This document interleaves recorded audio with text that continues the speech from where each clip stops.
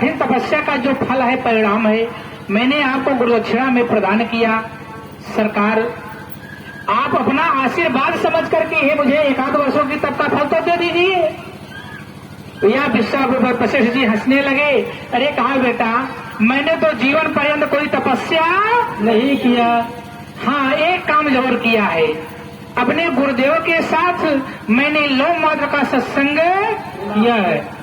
अगर तुझे लेना चाहता है, चल, मैं तुझे लौह मात्र के सत्संग का जो फल होता है मैं तुझे प्रदान कर देता हूँ।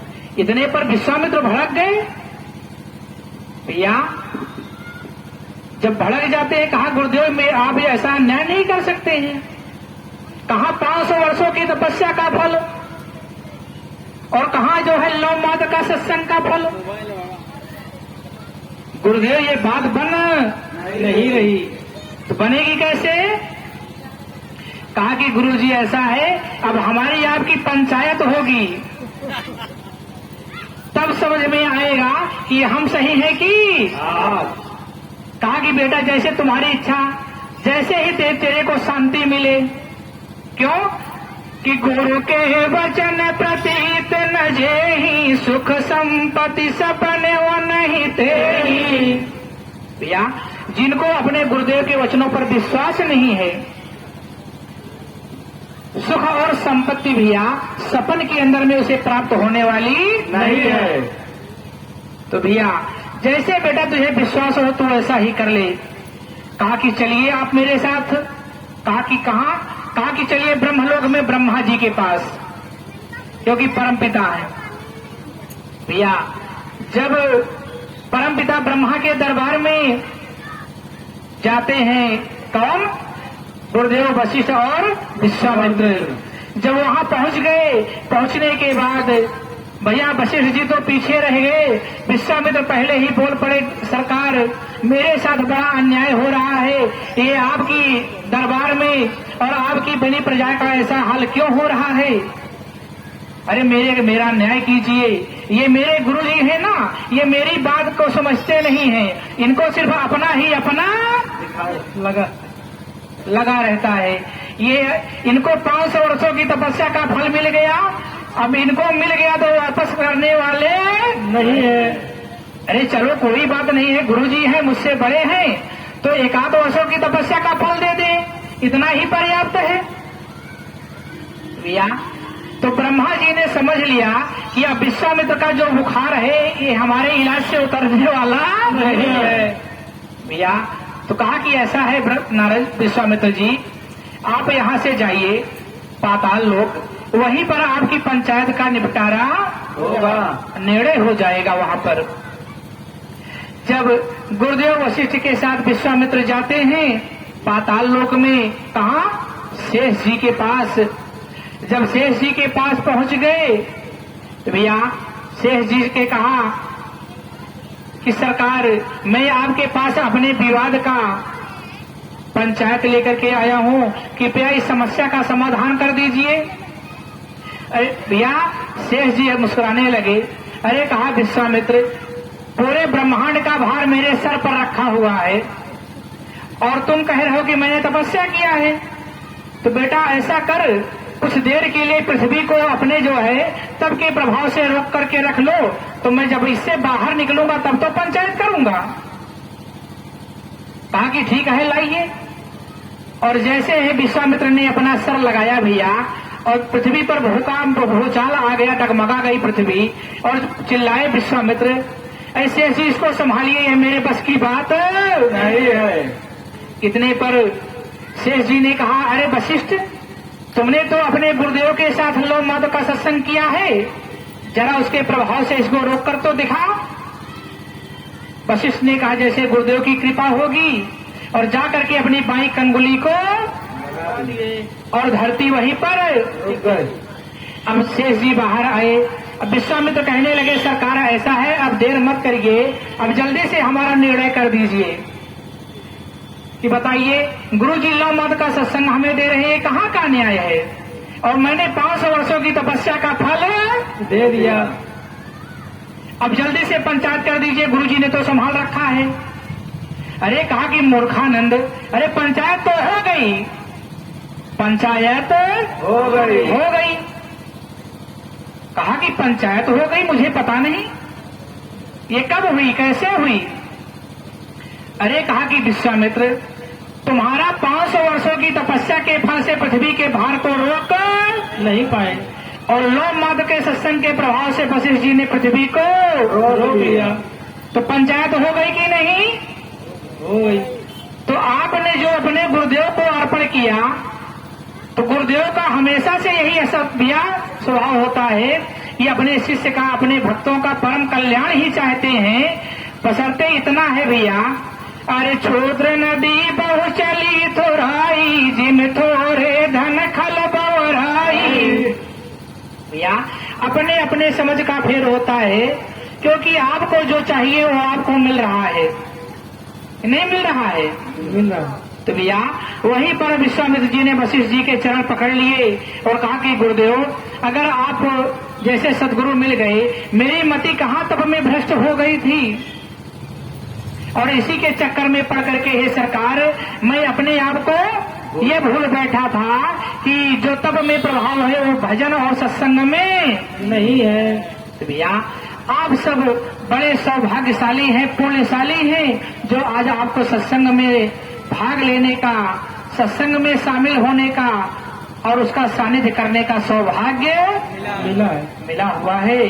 और इतना सब कुछ मिलने के बाद भी इस जीवन के कल्याण और कृतार्थ हेतु यदि मैं अपने जीवन को न सुधार और संवार पाया और यही समझता रह गया कि गुरु जी के शरण में जाने से क्या मिलेगा, गुरु जी की सेवा करने से क्या होगा, तो भैया ये शरीर छूट जाने के बाद तुम्हें फिर इसका निर्णय मिलने वाला नहीं है। इस ज्ञान को सीखना है, इस धर्म को जानना है, इस धर्म के मूल में जाना है और गुरु की भक्ति, भगवान का भजन करना है। तो क्या करना पड़ेगा? गुरु की आज्ञा का पालन। भैया अगर विश्वामित्र जी ने किया होता तो पंचायत की नौबत और मुसीबत नहीं आती। तो आप लोग भैया पंचायत में भाग लेंगे कि अब संतुष्ट हो गए हैं? धीरे से बोल रहे भैया, बोलिए श्री सद्गुरु भगवान की जय। तो भैया तो आज विश्वामित्र कह रहे हैं कि हे गुरुदेव, धन्य है आप, आपने सदा से ही मेरा कल्याण चाहा है, मेरा हित चाहा है, और लेकिन मेरी मंद बुद्धि, अल्प बुद्धि के कारण हे गुरुदेव मैं आपकी महिमा, आपके प्रभाव और प्रताप को मैं जान और समझ नहीं पाया। क्यों नहीं समझ पाया? कारण क्या है उसका? कि सब धरन गीली हो तो है, बारिद करे वर्षा जभी, परिभूमि वो सर में कभी घास उगती है नहीं। गुरुदेव बन घन माल ज्ञानामृत निरंतर ही झरे, जो नर अपात्र करील सम गुरुदेव उनका।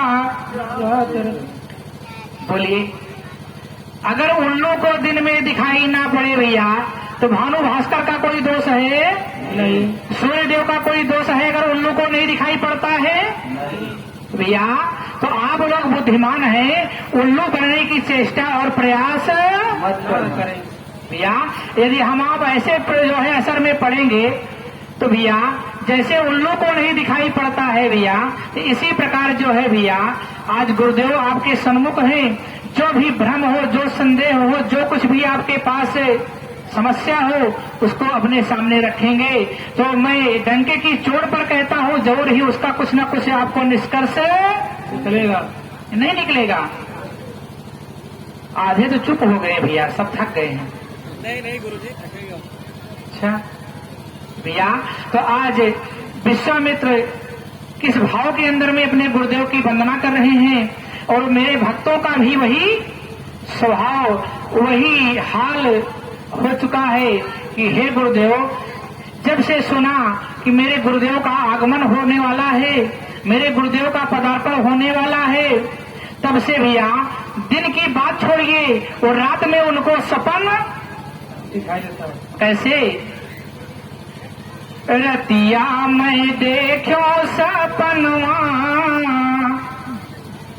रतिया मैं देखो सपनवा गुरु जी आए मोरे भवनवा रतिया मैं देखो सपनवा गुरु जी आए मोरे भवनवा रतिया मैं देखो सपनवा गुरु जी आए मोरे भवनवा रतिया मैं देखो सपनवा गुरु जी आए मोरे भवनवा रतिया मैं देखो सपनवा गुरु जी आए मोरे भवनवा रतिया मैं देखो सपनवा गुरु जी आए मोरे भवनवा मोरे भवन मोरे भवनवा मोरे भवनवा मोरे भवनवा मोरे भवन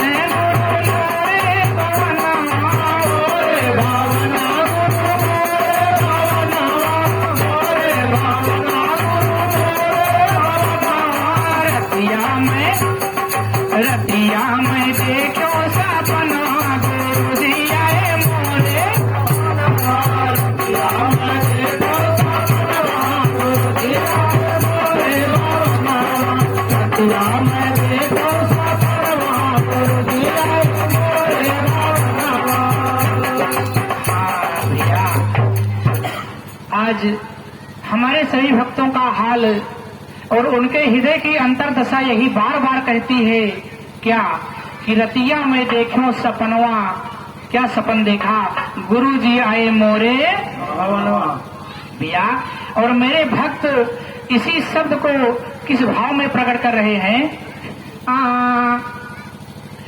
रतिया में देखो सपनवा गुरु जी आए मोरे भवनवा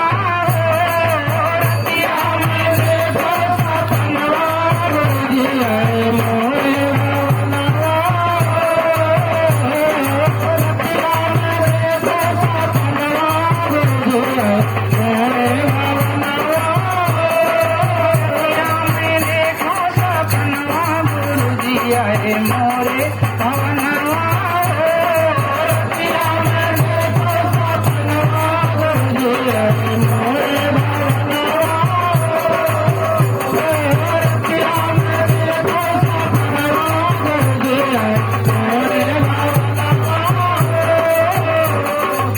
हाँ भैया दोनों शब्द एक हैं। पहला भाव था विश्वामित्र जी का और दूसरा भाव मेरे भक्तों का है। शब्द दोनों एक है लेकिन दोनों का भाव अलग अलग है। यानी चीनी एक है लेकिन उसी से जलेबी बन गई, उसी से रस अलग बन गया। तो भैया तो आज हमारे भक्तों का आगे का भाव कैसे है? रतिया में देखो सपनवा गुरु जी आए मोरे भवनवा भैया। और सपन कब देखते हैं पता है कि गहरी नींद सोई गयो सखिया गहरी नींद सोई गयो सखिया गहरी नींद सोई गयो सखिया सोई गयो सखिया सोई गयो सखिया सोई गयो सखिया सोई गयो सखिया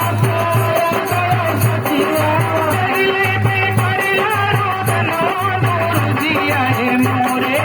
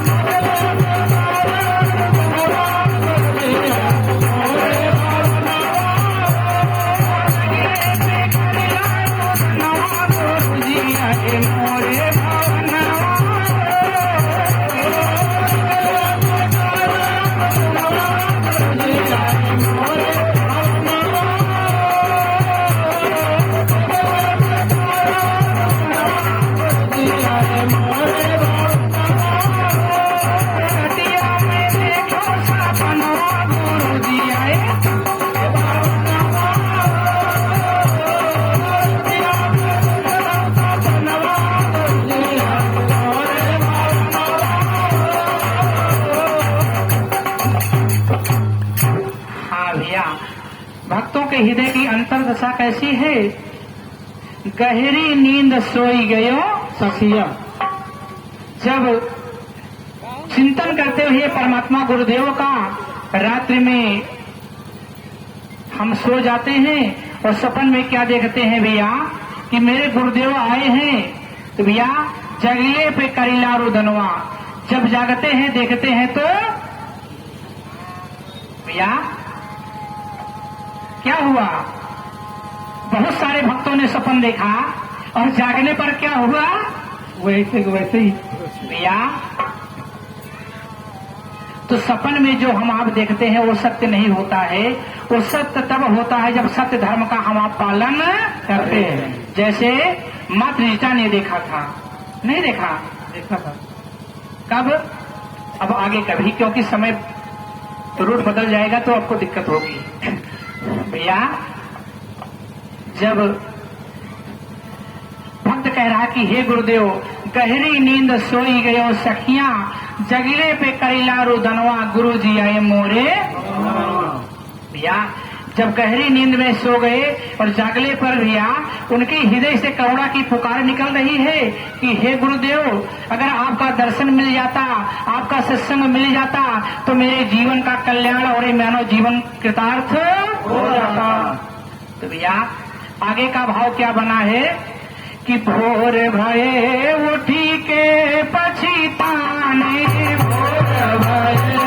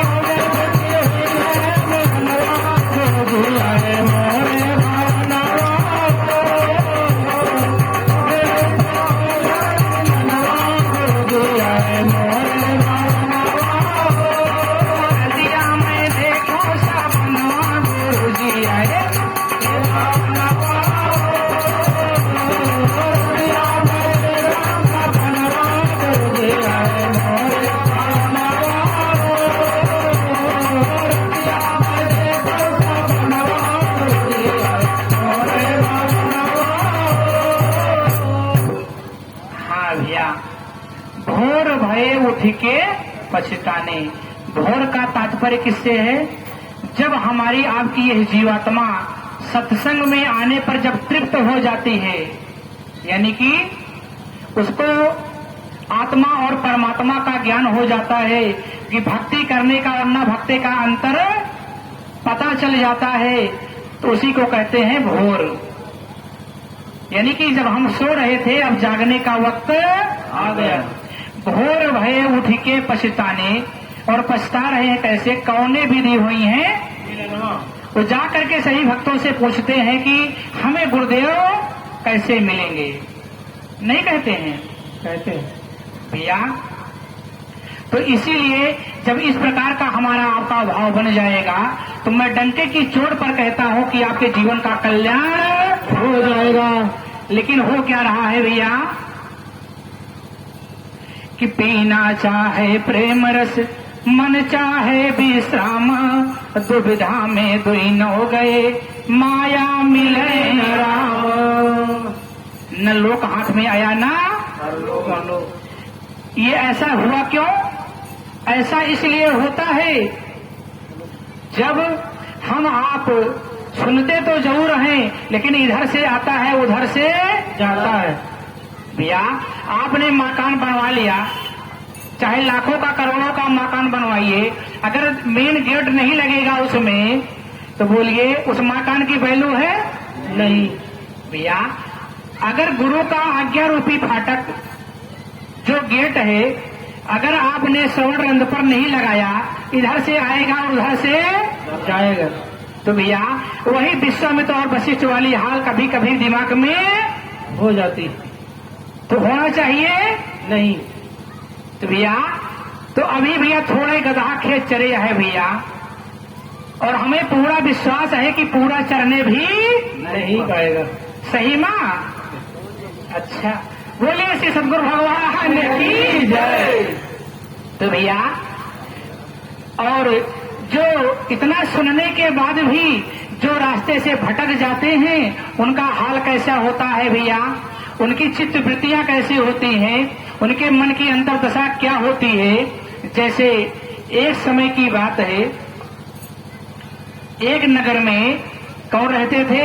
एक सेठ जी रहते थे। कौन? सेठ जी। जोर से बोलो। सेठ जी। हाँ,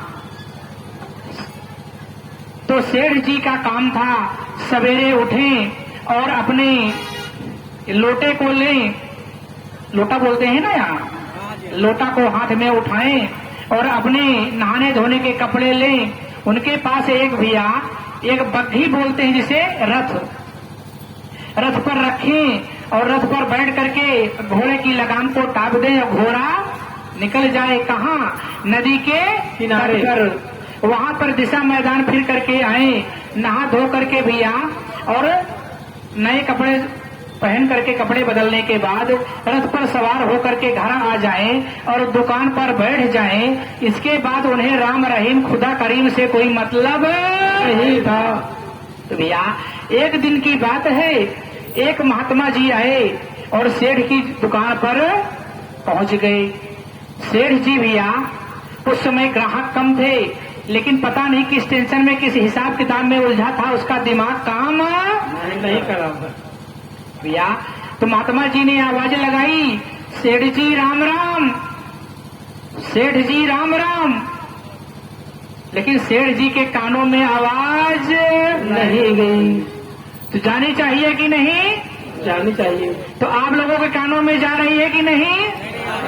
जरा हाथ उठाए, किसके किसके कानों में जा रही है? बोलो सदगुरु भगवान की जय। अरे हमने सोचा थोड़ा परख ले, नहीं तो सेठ जैसी दशा हो जाए, पता लगा इधर से आए उधर से चला गया। तो हुआ क्या? अब महात्मा जी ने तीसरी बार आवाज लगाई, सेठ जी राम राम। लेकिन सेठ जी को काम काम से फुर्सत नहीं भैया, मुंह से भी राम राम कहने में तकलीफ हो रही है भैया। अब महात्मा जी को भैया ये बात खटक गई, परमात्मा ने इसको कितना दे रखा है, कोई दिक्कत नहीं, कोई परेशानी नहीं, अच्छे से घर चल रहा है, परिवार चल रहा है, सब कुछ कमा खा रहा है। लेकिन जिसने सब कुछ दिया, ईश्वर क्या करता है भैया कि मनुष्य सामान और सम्मान पा करके भूल जाता है।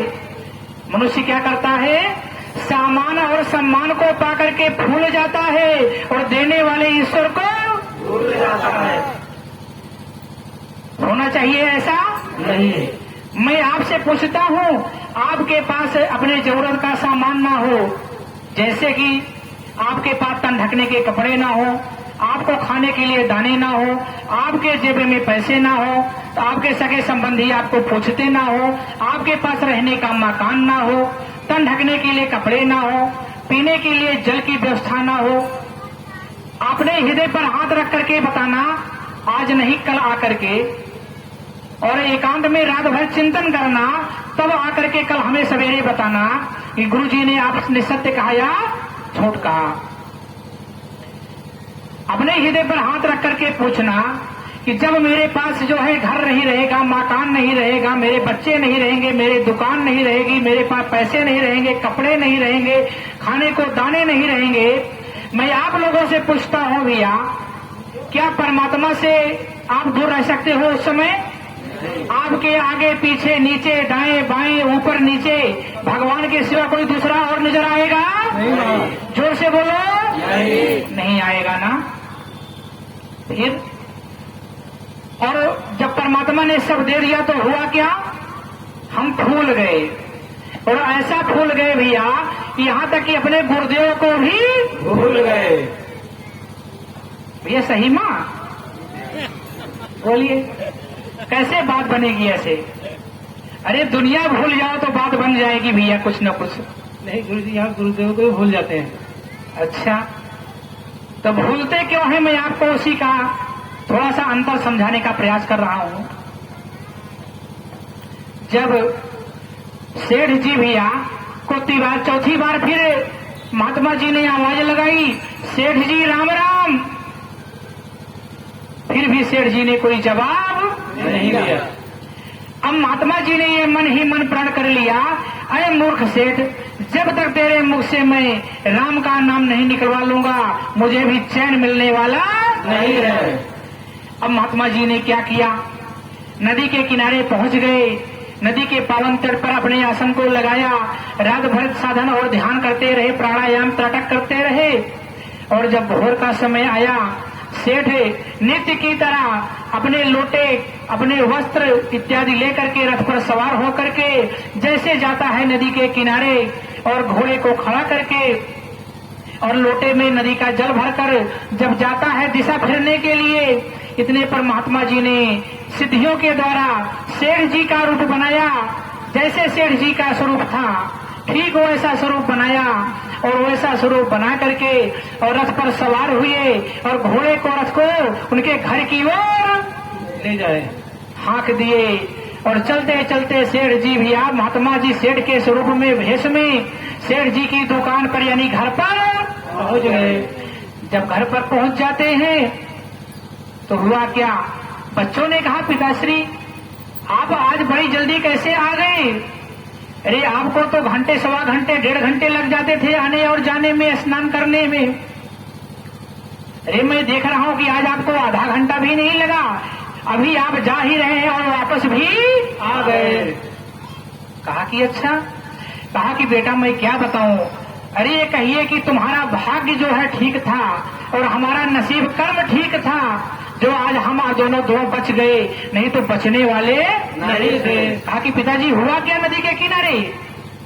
आप कुछ हड़बड़ी में, मतलब कि कुछ आप इतने हड़बड़ी में कैसे बात कर रहे हैं कि बेटा गड़बड़ हो जाती अगर ना आ जाते तो पिताजी ये बताइए नदी के तट पर आपके साथ में क्या हुआ? अरे कहा कि बेटा मैं जैसे ही नदी के किनारे अपने रथ को खड़ा किया और नदी से लोटे में जल भरने लगा, मैंने ठीक उसी समय देखा कि मेरे ही जैसा रूप रंग वाला एक व्यक्ति नदी के किनारे टहल रहा है। मैं ठहरा सेठ, चमड़ी जाए पर दमड़ी ना जाए। बोलो सतगुरु भगवान की जय। अब जब मैंने उसको टहलते हुए नदी के किनारे देखा, मैंने सोचा यदि मैं नहाने धोने में पड़ गया तो सारा का सारा बंटाधार हो जाएगा, है ना कुछ कुदाल में काला। इसीलिए बेटा मैं बगैर नहाए धोए ही चला आया। याद रखना बेटा जरूर आएगा अभी कुछ देर के बाद यहाँ पर, उसको धक्के मार करके घर से बाहर निकाल देना, घर के अंदर मत जाने देना, ना अगर 2-4 बातों से समझे 2-4 लठ भी मारा देना। सतगुरु भगवान की जय। भैया अब सेठ जी जब दिशा फिर करके आए, देखा तो उनका रथ वहां पर नहीं था। जब रथ वहां पर नहीं पाया भैया, वैसे ही नदी में स्नान किया, भीगा कपड़ा पहने पहने चल दिए। रास्ते में चलते चलते सेठ जी का आधा कपड़ा वैसे ही सूख गया भैया, और हांफने लगे, सांस चढ़ गई, वृद्धावस्था थी। और दरवाजे का चौखट पकड़ करके भैया वहीं पर जैसे बगल बैठने का प्रयास किया, डेढ़ी के बगल में, वैसे छोटा बेटा निकला। ए कौन, कहां से आ रहा तू? अब शेर जी को भैया उनका जो है नेटवर्क और सर्वर काम नहीं किया। ये मेरा बेटा मुझसे इस भाषा में बात कर रहा है, तू कौन, कहां से आया है, यहां कैसे? चल चल निकल चल। मेरे पिताजी ने पहले ही मुझे अलर्ट कर दिया है, मैं तेरे जाल में फंसने वाला नहीं हूँ।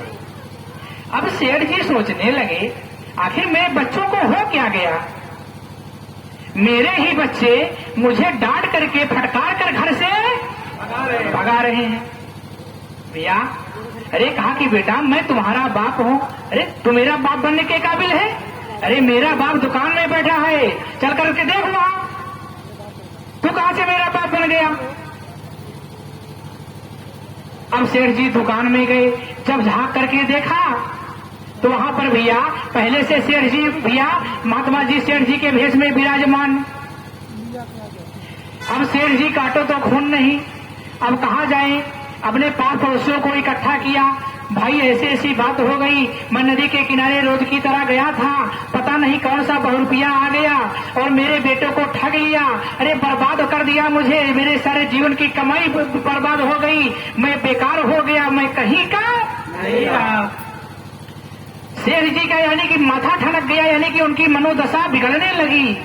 पड़ोसियों ने कहा चलो सेठ जी देखते हैं। जब पड़ोसी आए तो उनके सेठ जी के बेटों ने कहा अरे भाई इनके चक्कर में, बुढ़े के चक्कर में कहां पड़ गए? अरे मेरा बाप तो मेरी दुकान में बैठा है, क्या मैं दूसरे के नकली बाप को बाप बना लूंगा? अब भैया पास पड़ोसियों से भी गए, पड़ोसियों ने देखा, कहा कि हाँ भाई तुम्हारा बाप तो वहां पर बैठा है, ये होगा वैसा ही ठगने वाला कोई। अब वहां से भी पत्ता साफ। अब क्या किए भैया, दर दर भटकने लगे, न दूसरे कपड़े की व्यवस्था, न भोजन पानी की व्यवस्था, न कहीं पर बैठने की व्यवस्था, न उठने की व्यवस्था। जो हजारों लोग कहते थे सेठ जी राम राम, सेठ जी राम राम, दुआ सलाम करने वाले, तो जब देखे हैं ये कहां से आ गया, ये नकली सेठ है, बहुरुपया। अरे ये कहिए कि सेठ जी बड़े बुद्धिमान थे अपने, जो नहाने धोए बगैर पहले ही चले आए, नहीं तो उनके बेटों का सत्यानाश कर जाता ये। भैया कहां तक बताया जाए, ऐसी दशा हुई सेठ जी की, ऐसी दशा हुई। अब जब कोई रास्ता ना मिला, भूख प्यास से व्याकुल तड़पने लगे, और जाकर के जब कहा आखिरी विकल्प आया, उस नगर के जो राजा थे वहां पर पहुंचे, कहा कि हो सकता है यहां पर मेरी फरियाद सुनी जाए। जब वहां पर पहुंचते हैं सेठ जी, तो होता क्या है, वहां पर देख रहे हैं भैया, कहा कि सेठ जी आप कैसे आए? कहा कि राजन अपनी पूरी आप बीती को सुनाया, ऐसी ऐसी बात है, एक नकली सेठ पता नहीं कहां से आ गया, मेरे बच्चों को बहका दिया, मेरे ही पत्नी, मेरे ही बच्चे, मेरे ही बहुए, ऐसी ऐसी वह बातें कहते हैं कि जो जीवन में मैंने कभी सुनी नहीं है, इस बुढ़ापे में सुननी पड़ रही है। कहा कि ऐसा कैसे क्या हो गया? चलो मैं मानता हूं तुम्हारे बच्चे तुम्हारे धन के लालच में पड़ गए, अरे तुम्हारी धर्म पत्नी जो 60 साल तक तुम्हारे साथ थी, तुम्हारा साथ कैसे छोड़ दिया? तुम्हारी बहुएं कैसे पहचानने से इनकार करने लगी? अरे बहुएं बेटों की शादी करने, देखने ताकने तो तुम ही गए थे, ऐसा कैसे हो सकता तुम्हारी बहू जो है तुमको पहचानने से मना कर दे?